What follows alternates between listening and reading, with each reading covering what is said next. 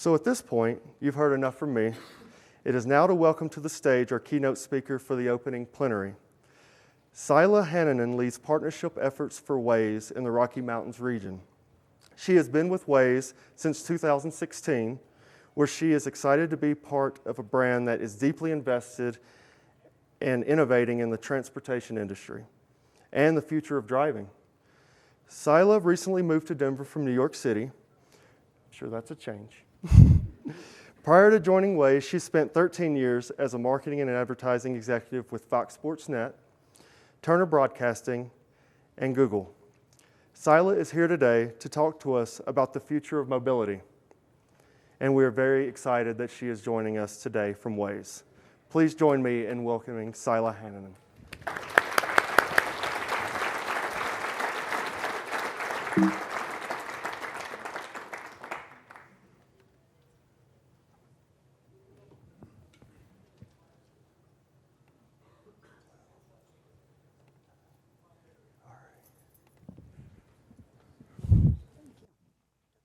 Yes. Okay.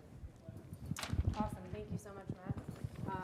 Welcome and good morning. As Matt mentioned, I am Saila. I'm the Director of Partnerships and Business Development for Waze in the Rockies. I have to be honest, when Matt reached out in April initially and asked if I could and would be willing to do the keynote, I was a little bit nervous. It was my first keynote.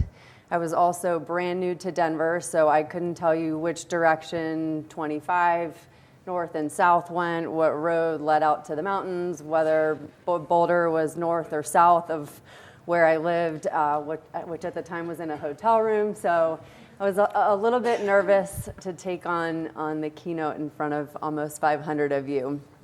But then I thought it over and got back to Matt and was really thinking through and realized in my personal life, I've accomplished quite a few things that have been challenging. I've run 10 marathons, including Boston. For those of you either who follow marathons or happen to be there in Boston this year, it was 36 in pouring rain and not a very pretty sight. I've also completed a full distance Ironman a few years ago, and probably the first and last. I have also very publicly battled stage 4 lung cancer over the last year and a half. So as I thought all these things through, I realized how hard can a keynote possibly be? So here I am. But in all seriousness, one of the things that motivates me most and keeps me going every day is my love and enthusiasm for Waze. I'm incredibly fortunate to work for this company and to represent a brand that has so much love around the world. We have an absolutely brilliant team working on the product, mostly based in Israel, but spread out throughout the world. And we are every day making an impact on the world, and that makes me really, really excited.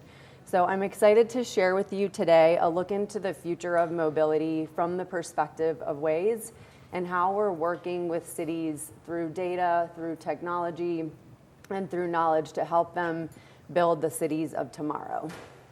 And just a quick addition to that, when we think about mobility, yes, Waze is a mobile app, so that's very logical. But when we think about mobility, we really think about human movement via transportation, via technology, and that's really the core to the business. So to start, I want to take a quick look at the Waze ecosystem. How many of you guys recognize this little guy? Awesome, love that. So this is a Wazer. This is also what the app looks like. So you may, in present day, think of Waze like this. You may think of Waze as a driving app, as a GPS, as something that you use, probably 75% of you use on a daily basis, as a driving utility. You may be this guy. You may think you are outsmarting traffic. You are cool, calm, easy breezy up on the highway, while all the rest of the schmucks are sitting in massive congestion below. And you are correct. We are, in fact, the largest crowdsourced navigation app in the world. Our goal is to get drivers from point A to point B via the fastest route possible. Not always the shortest route possible, which is more traditional with other GPS functionalities. And the way that we're doing that is we're gathering data in two ways. So we're gathering active data, which is coming from our users reporting what they're seeing on the road. So essentially, there are eyes and ears on the road. They're telling us, is there a traffic jam? Is there standstill traffic? Is there a hazard, i.e. a couch cushion in the middle of the road? This is a true story. I've seen it with my own eyes in Atlanta. Are there police? Is there a car on the shoulder? We get about 50 million active reports from our users every single month. So that's really the eyes and ears on the road that we have, along with passive data that's coming from your GPS, pinging with our servers every few seconds, telling us how fast you're going, where you currently are, what other Wazers are around you nearby. And that's really the beauty of the map, where the crowdsourcing element allows us to get people from point A to point B with the sole mission of outsmarting traffic together. So let's take a quick look at what this active reporting actually looks like. So this morning in Denver, and this is just a representation of all of the active reports from this morning. So I actually drove this myself, so I witnessed all of it in real life this morning. But the route, the I-25 corridor, is obviously fairly problematic. There was a lot of yellow, which indicates a traffic jam. The blue is going to indicate police, the red is going to indicate accidents, and the green is going to indicate others, so potholes, hazards, those type of things. So that I-25 corridor is definitely fairly problematic, as is I-70 up at the top. And then there's one area where I can tell you definitely won't want to be speeding. If you take a look, if you guys can guess what that is up in the top right corner, that would be Pena on your way to the airport. I don't recommend speeding there because it looks like there are about 40 police cars there. So definitely caution when speeding heading to the airport. So when I moved to Colorado, I came from New York, and prior to that, I lived in Atlanta. So I went from bad traffic city to worse traffic city to what I actually considered a fairly easy traffic city. But when I moved here, everyone said the traffic here is so bad and it's gotten so much worse and my commute takes so long. So just to make you guys feel better, when we talk about Manhattan, this is Manhattan every day. Every hour of the day, it looks like this. Typically more red than what is currently depicted from yesterday. And this is not even including the outside boroughs where most people are commuting from. So when you think Denver traffic is bad, just know it could be much, much worse. All right. So Waze, as consumers to us, is a traffic app. It's a crowdsourced app that helps us get from one place to another, helps save us time, and helps us outsmart traffic. Yes, Waze is actually so much more than that. So we at Waze think about Waze from the perspective of the entire ecosystem. A huge community of over 100 million drivers worldwide, 500,000 map editors who volunteer their time and do over 25 million monthly map edits.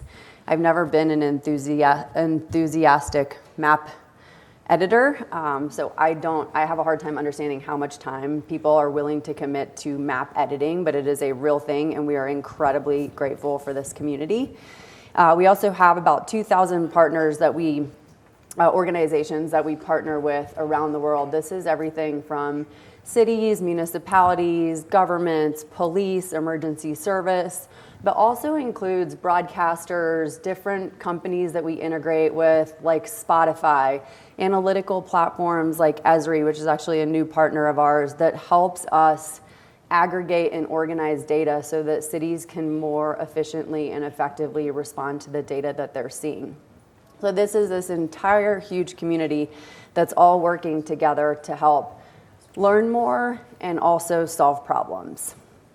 So when we think Waze, this is more how we picture Waze internally, is this community of cities and organizations all working together towards one goal. And this is actually a photo from one of our community meetups last year. So there are representatives from each of the organizations that we partner with. They come together, we share product updates, they share best practices.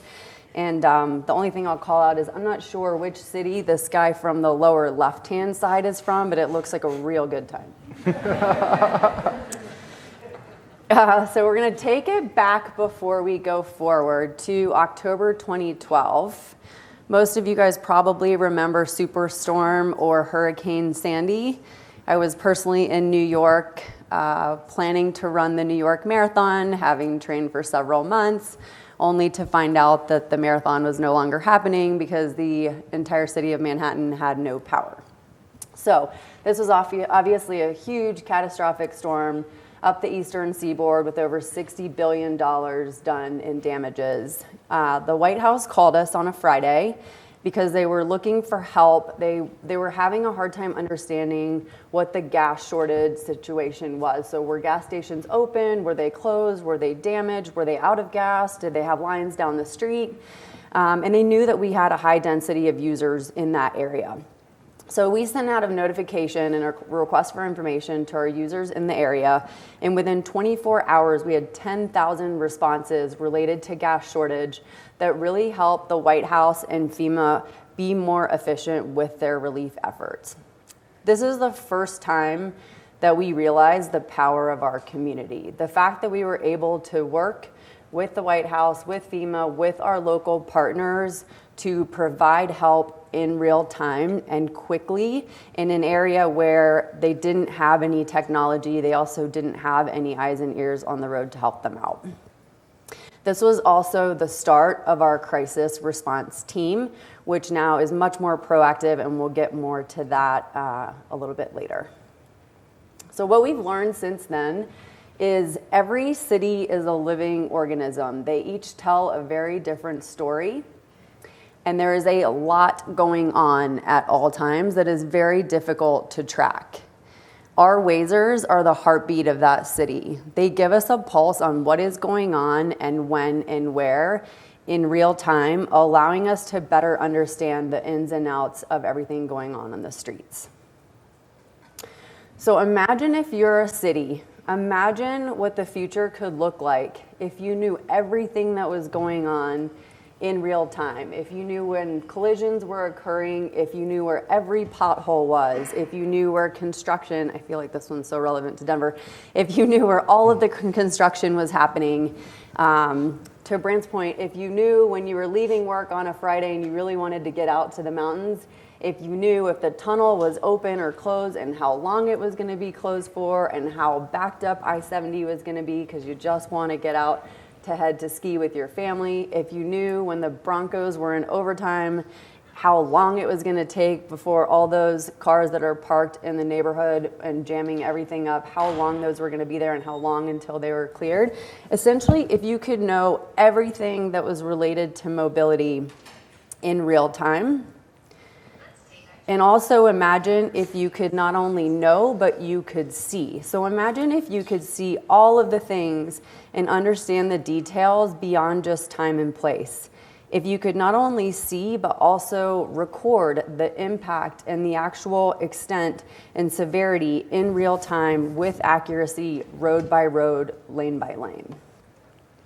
If you could take all of this information and make it available to your organization and to your city, imagine the impact they could make on improving decisions that are related to mobility, to quality of life, to the economy, and so many more things.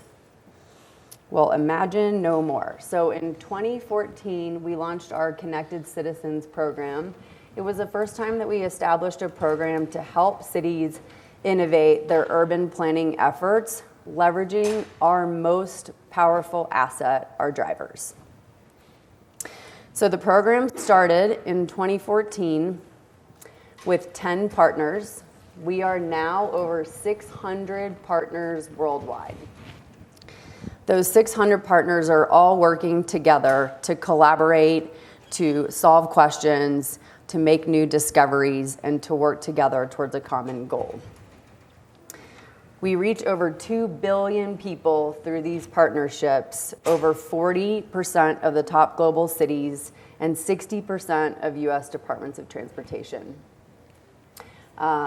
In Colorado specifically, I'm not going to remember to rattle them all off the top of my head because there are many, but we work with CDOT, we work with the city of Denver, we work with Greeley, with Littleton, with Centennial, we work with the University of Boulder, Transportation, and all of these partners allow us to better communicate with the community and also to gather information to make improvements here locally. The way that the partnership works is it's a free, yes, I said free. Most things in life these days aren't free anymore. So it is a free data exchange between Waze and our public partners. So Waze provides real-time data from our users to our public partners, and our public partners provide plan data more along the lines of road closures, construction, major traffic events, et cetera, back to Waze. And this data, combined with the power of our community, allows us to create a partnership that goes far beyond data sharing. We have the ability to now see complex systems, to understand different patterns and behaviors, and to make better decisions that are based in evidence and data. So data is obviously a tremendous investment for any city in this day and age. And translating that data into insights is also incredibly important. But where the value really comes in is when we can take that data and those insights and actually put them into action and help solve some of these cities' largest questions. So I'm going to show you a couple different examples of the types of questions that we get and the types of projects that we have worked on with our partners. The most common one being, how do we use data to improve infrastructure? I'm going to take you guys to Rio. It looks like they're celebrating Carnival here, but this is actually the Olympic Games. Rio reached out in 2014. They were actually part of that group of 10 initial partners. They're a population of 6 million people, and they were planning for an influx of 1 million visitors coming in for the Summer Games in 2016. Their question was focused on infrastructure planning. So they wanted to figure out where to place 3 rapid transit lanes or 3 new highways in order to help traffic flow and also to reroute major roads during the time of the Olympics. So we used Waze slowdown data and traffic jam alert data to help them identify the best areas for these 3 new rapid transit lanes. We, in fact, updated 1,000 road segments, added 44,000 places of interest, and actually created an API so that in real time they could update road closures, which they had over 400 of during the Olympic Games. They actually saw a 27% decrease in congestion during the morning commute during the Olympic Games compared to the year prior. All right, now we're going to go to the city of Ghent, which I've actually had to look up on the map because I didn't know where that was. Ghent is the second largest municipality in Belgium, and they came to us, our partnership lead there came to us with an incredibly audacious goal of redesigning the entire city center and reducing car traffic by 40%. So we made 2,000 map updates. And I'll show you guys the before and after. So in order to redo an entire city center, we had to create 14 permanent road closures. We changed the direction of 80 different streets. And as you can see here, there's not much more than 80 just within the city center. We updated 1,800 signs in the city. We added 5 pedestrian areas, and we installed 35 license plate detection cameras. And as you can see from the image, it's now physically impossible to drive through the city center, and drivers are now required to use the ring route. The results in Ghent were quite astounding. We were able to improve not just safety and also traffic, but air quality as well. They saw a 30% decrease in accidents, a 27% increase in cyclists, and a 15% increase in bus and tram usage, just from this project alone. All right, now I'm gonna bring it to the States. So A lot of our partners focus on traffic signal infrastructure. So really analyzing traffic signal patterns and how making small adjustments can make an impact on traffic flow. The City of Boston, we worked with them to identify several problematic areas in their Seaport district. They were having a lot of traffic jams. We were using our traffic jam and slow down data there as well to see where these bottleneck points were. And we started to use the data to analyze traffic signal timing, and we did an experiment to slightly change and make signal adjustments. Within 1 month, they were able to see an 18% reduction in congestion just from those signal adjustments made in the Seaport. So very seemingly small problem, very large impact when we can actually use the data, analyze it, create a pilot to test new alternatives, and with fairly limited manpower, make a significant change to traffic flow in the city. All right, one of the other questions that we get quite often is how do we keep citizens informed? So many of our partners use Waze to collect data, to build knowledge, but they also use Waze to communicate to their citizens. So remember, we're 100 million drivers globally. We're 30 million drivers in the US. So we have quite a lot of density in every relevant market. When Pope Francis came to Philadelphia in 2015, we worked with the Pennsylvania DOT and also the Turnpike to communicate out to almost 400,000 users in the area to tell them where specific bottleneck points would be and to try to reduce the stress on those points, to let them know, hey, the Pope is in town, these are gonna be the road closures, try to avoid these specific routes. So we sent out that message, and what they were actually able to see just around this major traffic event that weekend is a 20% decrease in congestion same weekend year prior. So just that communication and proactively messaging our users to say, hey, something is happening, there is a major traffic event, you want to avoid these areas, and making sure that they are rerouted and not brought to those bottleneck points makes an incredible impact. All right, this is one of my favorites because I think we talk a lot in our jobs, or I certainly have on the marketing side most of my career, and we say we're not saving lives. I'm not doing brain surgery, I'm not saving lives. Try not to get super stressed. But in this case, we often are saving lives. So we work with emergency response, and we work specifically with a company called Genesis Pulse.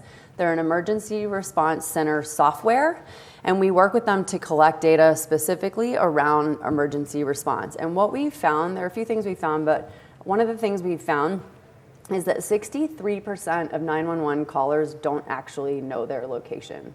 I think part of that is panic, and part of that is we in this day and age aren't used to actually looking at a map, and we no longer know our physical location oftentimes. Waze can actually help there because via our GPS signal, we can detect a location and we are accurate within 9 to 22 feet. So when our users are reporting that there is an accident, that accident location is far more accurate than a 911 caller, certainly, that doesn't know their location, but even usually one that does know their location. Another thing we found is that 40% of accidents are reported on Waze before they are called into 911. Typically, again, that density that we have and the number of drivers that are seeing these accidents in real time because they're on the roads, they're able to report them 40% of the time prior to the call on Waze, but actually 4 minutes faster 40% of the time.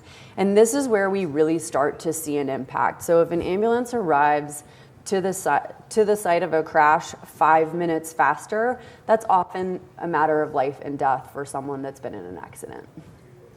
Genesis Pulse actually has a new rule where all of the ambulances that they work with, all of their emergency response is required to use Waze because they found that not only do the drivers get to where they need to go faster to be able to get to the site of an accident, but also the call centers are getting that information from Waze, so they're using a full circle of data to get to these accidents faster. All right, this one's the most relevant, I think, since we are officially, as of last weekend, in hurricane season. So how do we leverage the community to address major crises? We talked a little bit about Sandy and how the White House called. We were a little more reactive at that point because we hadn't realized the power of the community and what we could actually do if we were proactive. We now have a crisis response team that is deployed and goes into action when there is a projection of a crisis or a natural disaster. We use an incident feed, we update road closures, we indicate emergency shelters via pins on the map. We talked about this a little bit, but we use gas station status. So again, is there gas available? Is this gas station open or closed? Is there a huge line? And then we also make real-time changes to the map as the storm gets closer and as we better understand the impact. A couple of the tools that we use to actually communicate with our users is push notifications and inbox messaging. So focusing and geo-targeting that area that we know is going to be or has been affected and pushing out this information to our users to say, hey, this road is closed, or there's a shelter nearby, or if you need help, search help on Waze. We also use our social media channels and PR quite a bit to spread that word more broadly. So if we take Hurricane Harvey, which I think put Hurricane Sandy to shame and almost did double the disaster, we were more prepared in this case because we had already been through Sandy. We'd had many years, 5 years I think, to plan for this. So we worked with the Google Crisis Response Team, with FEMA, with the Army Corps, with Texas Navy, and with our Connected Citizens partners in the Texas area. And we were able to deploy a team and go into action prior to the storm hitting. So during that time, we updated 154 shelters that actually had 54,000 engagements and 1,200 navigations to those shelters. So helping 1,200 people find an open shelter during a time of crisis is incredibly powerful. We marked 2,500 road closures and sent 2.4 million messages about shelters, road closures, and gas shortages. We also offered roadside assistance. In this case, was Android only, but 180 users that asked for roadside assistance. I'll let you guys read this, but I think one of the most amazing things about the Waze community is they communicate with each other, they help each other, and they report a lot of information and engage with the app because they look at Waze as a community. So if I'm helping someone else is likely helping me. And they also share their experiences back with us quite often. So next was Hurricane Irma, which came fairly close behind Hurricane Harvey, just up the Florida seaboard and panhandle. And as you can see here, we were proactive in sending out reports, asking for information, basically asking our users to say, hey, if you're evacuating and you see a road closure, if you see a problem, report it to us so that we can make it aware more broadly. Lastly, this one is still affecting many, and I think very relevant as of last weekend. So we got a head start with Hurricane Florence as it approached the Carolinas. And this is as of Sunday. We reported 310 shelters added with almost 300 navigations, 159 closed road segments in 3 states, and over 3 million. So you can see as our user base is growing, even in the Carolinas, we're able to push out 3 million messages to our users in that affected area. About shelters, road closures, and also gas shortages. So here you can just see kind of where social comes together also with a couple of examples. And we were really pushing, in this case, just the word help. So if you need help, just text in help into Waze and you'll find more information on shelters, on road closures, on roadside assistance, and how to get help. Okay, so this is a little sneak peek. This is confidential, but this is what is in the works as we think about, okay, we're getting pretty good at being proactive. We're getting pretty good at recognizing the ways that we can help during these natural disasters, but how can we even take that a step further? So one piece that's in development is crisis mode. So in areas of crisis, rather than our regular reporting functionality, we would allow people to go into crisis mode so they can report on more relevant crisis-related topics. So I need help, shelter, gas, water supply, the ability to chat, also electricity and police, and also the ability to do in-app shelter reporting. So this shelter is full, this shelter is incorrectly marked. You can actually go in and edit more about that specific shelter.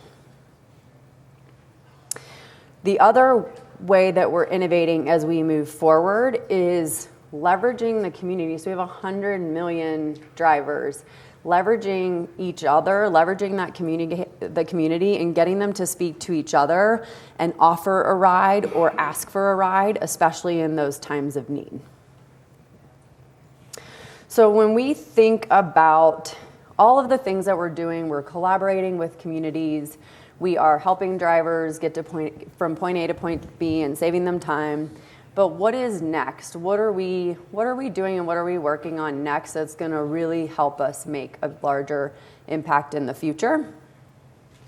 So like any company acquired by Google, you have to have a Google-sized mission. So we have updated our mission from outsmarting traffic to ending traffic altogether. Enter Waze Carpool. So some of you may have seen a little bit on Waze Carpool. This may look familiar. We just launched in Colorado on September 4th. We did more of a silent rollout. There will be a full national rollout before the end of October, so you will be seeing this a lot more. We did the beta in 2015 in Israel. We tested with a pilot in the Bay Area in 2016. And then we rolled out version 2.0, which is going to be the new version that will be around to stay in February of this year. So we are now live in 12 states in the US, along with 2 other countries, Brazil and Israel. And now that you guys have heard me talk for enough minutes, I'm going to give you a little sneak peek into what Waze Carpool is going to look like. Whoop. Every day, millions of people use Waze to find the fastest route. Yet getting around continues to be a big challenge. Traffic is only getting worse, and it's no wonder, with so many people choosing to drive alone. What if there were an easy way to connect people on the road and reduce the number of cars? Now there is, with Waze Carpool. A community made up of regular people, not professional drivers, sharing rides on their commutes. Want a ride? Grab the front seat and save on commuting costs. Or give a ride and get paid for gas while helping a neighbor or coworker on the way. With Waze Carpool, you're in control. You choose the people you carpool with based on profiles, ratings, and filters like coworkers and same gender only. And don't worry, Waze will send you a reminder before your carpool and guide you the whole way. So what are you waiting for? Try Waze Carpool and join the movement. Help create a better world where people work together to change how we move.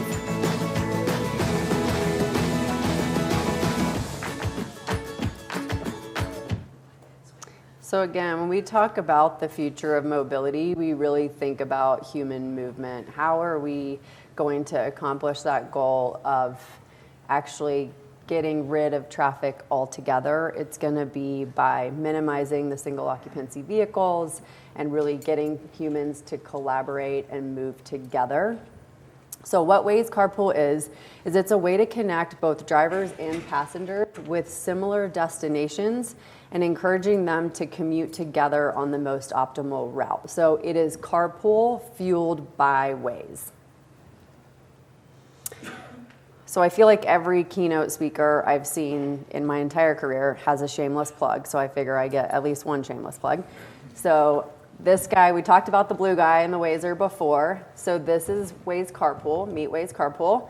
I would love everybody to pull out their phone at some point today and download Waze Carpool. It is now available in Denver, actually in the entire state of Colorado, and will be available nationally by the end of October. So it's going to be a complementary app to the Waze core app. If you're a driver, you're going to use Waze core app, and you're going to be able to pick up riders. If you're a rider, you can build a profile in Waze Carpool, and you can request rides from someone nearby that is heading to a like destination. All right, so to wrap things up, when we think about the future of mobility, this looks very similar to my ride down here, by the way, on 25. It was a little bit brighter out, but like it looked just like this. So when we think about the future of mobility, the future of human movement, and how together we can make a change, I want you guys to think about Waze. Yes, we are a GPS app. Yes, we are working with communities to work on projects that are going to change the world. But most importantly, I want us all to think about Waze less like robots actually picking you up out of your vehicle, but as an opportunity for us to help you and your communities reduce traffic by encouraging people to carpool and using all of that data and all of the existing community to do so.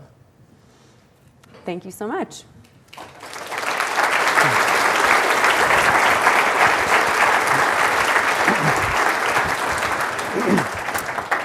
Saila's going to take a few questions. So if anybody has any questions, we've got a mic. Just raise your hand. And no hard ones, please. It's still early. Has Waze thought at all about supporting elections and getting people to polling places? So we have actually marked polling places. We try to stay out of the political side, obviously. Yeah, I can see that. But we have marked polling locations, and then we do send out push notifications to just encourage people to go and vote. We have done that in a number of states, yeah. Thank you.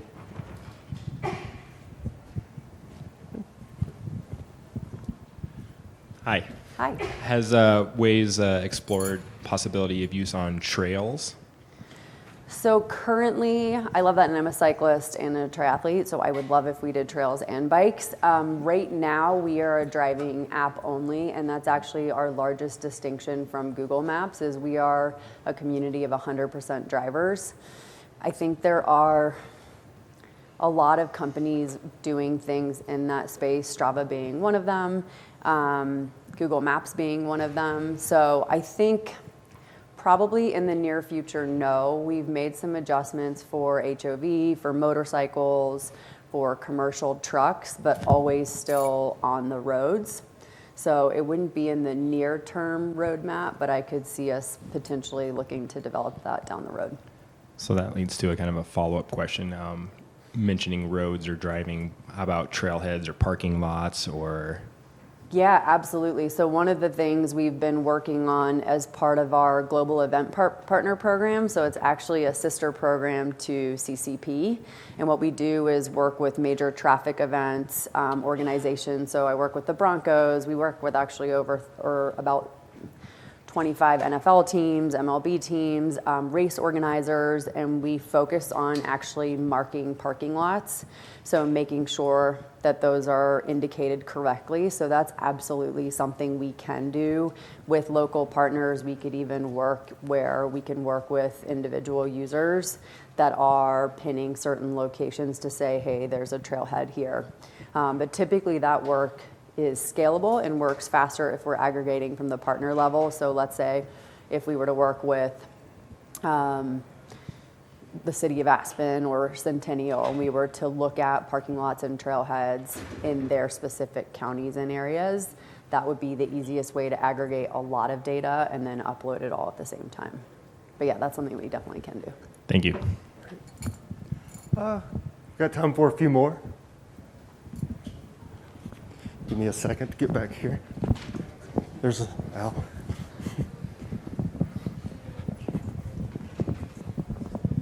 How do you weight authoritative data? Like my city is hesitant to share data because just somebody has a street closure permit. They could, they have like 3 days to use that closure. And they might not show up on day one, and we don't want traffic to be rerouted if they're not going to be in the right of way. So all of our city partners have map editing access, so they can actually update the map in real time.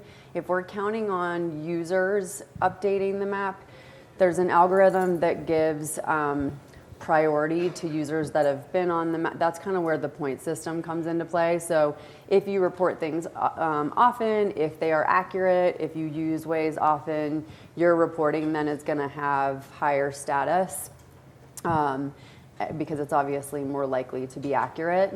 And then our city partners can go in to the map in real time. So let's say if something changed that day, they realize the road closure is actually not there and it's pushed back a day, they can actually pull it off for the day and then reset it for the following. So everything can happen very much in real time. Great. Yes. So do utilities and municipal governments and whatever report this information to Waze? I mean, the biggest problem is the same stretch of roads, highway, whatever, being dug up by multiple utilities and municipalities. Is there a way that they report planned work to Waze so that we could avoid that problem? Yeah, ideally the organizations are reporting planned work so that we can have it in the map and have it set from start date to end date. But we also realize that some of these things happen in real time and they get updates. Let's say they get an update from the police department day of. That may not be in the plan data that they have already shared, which is why we give them that map editing access. So they'll have one point of contact that can go in and say, okay, this is changed just for today, but that planned construction is going to be on the map from start date to end date. And we have the ability to adjust those dates, so any inputs are adjustable. So you've got that plan piece, but then you also have the real-time access to be able to change things that are changing on a regular basis. Fantastic. We've got time for, let's say, 2 more. Here's one right here. Thank you. So what if a user doesn't want the fastest route? They want the most scenic route or the route with the most tourist destinations. Any plans for that? So we do have a couple options for routes that you can go into settings and choose. So you do have the ability to say, I only want to go on a highway, or I don't want to go on the highway. It'll also give you, based on destination, the most frequent routes.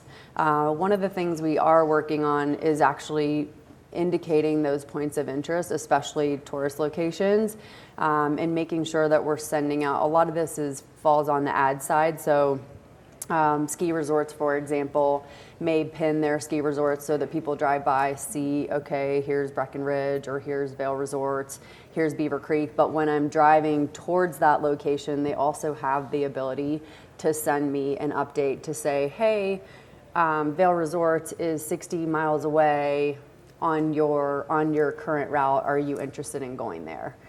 So we can do it from just a core map functionality, but we can actually do a more proactive approach where that's messaging coming from a specific tourist location. I don't know if scenic, I'd have to get back to you on if scenic route is in the setting options. I know there's highway and no highway, but I don't know if there's specifically scenic route. What we see is that most of our users, the largest amount of usage comes from the daily commute, right? So we're a driving utility typically for the commute. So the Monday to Friday to work and to home is going to be the drive we see most frequently. And 70% of our users give us their home address. Almost 50% give us their work address. So that's what they're punching in and day out. They are certainly exploring and starting to go to the grocery store with Waze and starting to go to the movie theater, going to restaurants, going to gas stations. So they're looking for all of those things that are complementary to their drive. But that core Monday to Friday to work and home is what we see the most. But I think that would be an awesome idea for an advertiser looking to promote scenic routes, for example. Yeah. All right, let's take one from this side of the room. Thanks. Two quick questions. One, on the emergency response, those were events that tend to be more planned, whereas in the West we have emergency responses that require immediate action, like tornadoes and wildfires. So have you any use case or history in doing that, supporting that? We don't have a case study that I currently have, but it's a similar setup in terms of rather than having that preparation time, but we can still deploy the same team and notify people in the area. I think during the Napa fires, we did some work in the area, but I would have to look. We don't have a published case study. Okay, thanks. But yes, similar. All right. The other question is, can the system be manipulated? So this morning at 7:05, if all of us that traveled from the north got on and said, there's a major accident on I-25 and Thornton Parkway, to get everybody off the road so we can make it down here and not have to take the toll road, can it be manipulated that way?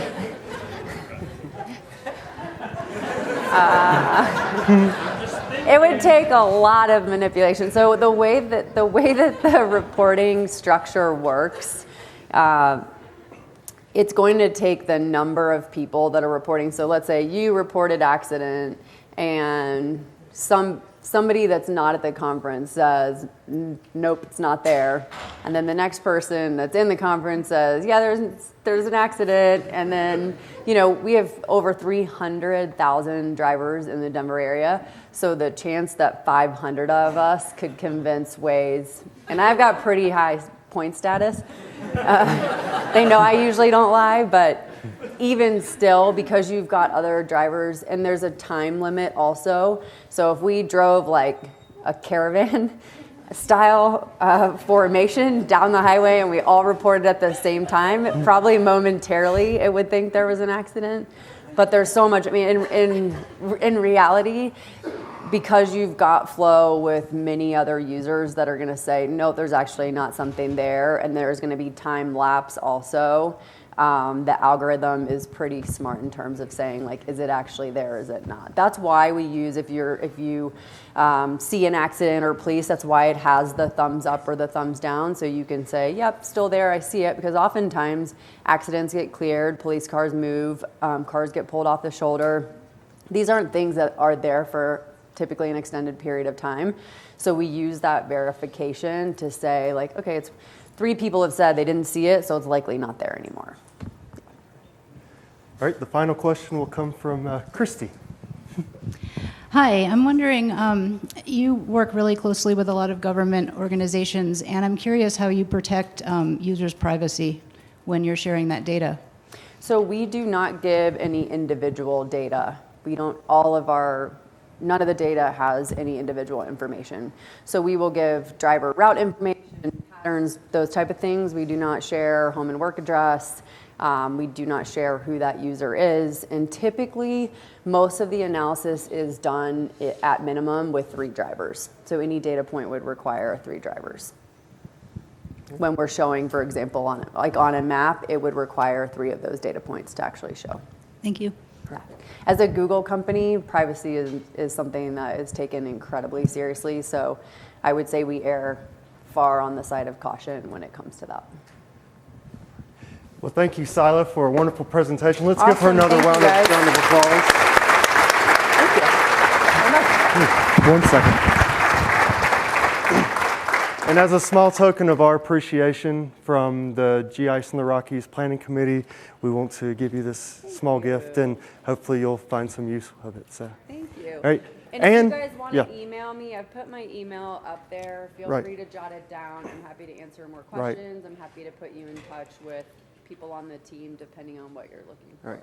Saila will be hanging around a little bit longer, not too much longer after, probably before lunch he'll be out of here.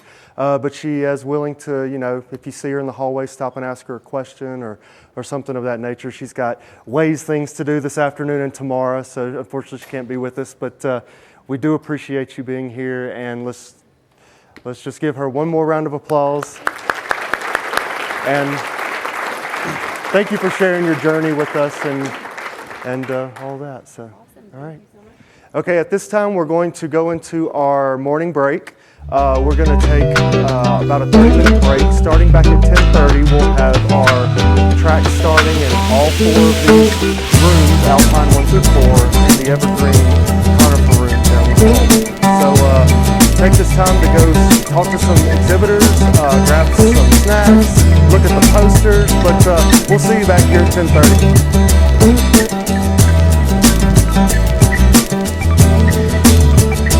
Thank